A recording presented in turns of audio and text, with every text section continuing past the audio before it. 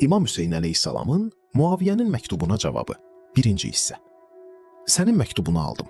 Yazmısan ki, mənim barəmdə sənə bəzi xəbərlər çatıb və sən məni bu işlərə layiq görmürsən. Bunu deyim ki, insanı yaxşı işlərə tərəf yönəldən və yaxşı işlər görməyinə kömək edən yalnız Allahdır. Mənim barəmdə sənin qulağına çatan xəbərlərin hamısı boş və əsassız sözlərdir ki, yalançı və ara qarışdıran yaltaqlar və sözbazlar özlərindən uydurublar.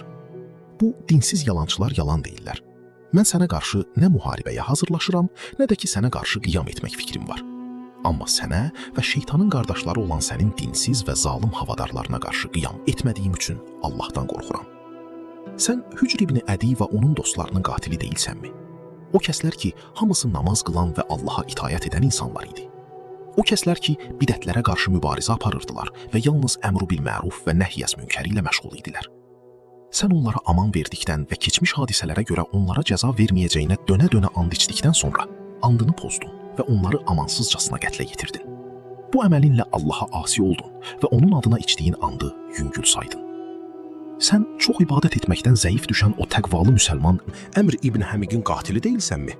Sən ona aman verdikdən sonra sözünün üstündə durmayıb onu öldürdün. Əgər həmin amanı çöl ceyranlarına versəydin, dağlardan aşağı inərdilər. Sən Ziyadı, Süməyyənin oğlunu, özünə qardaş edib onu Əbu Süfyanın oğlu elan etmədinmi? Halbuki Peyğəmbər buyurmuşdu, uşaq atasına mənsubdur, zinakar isə daşqalaq edilməlidir.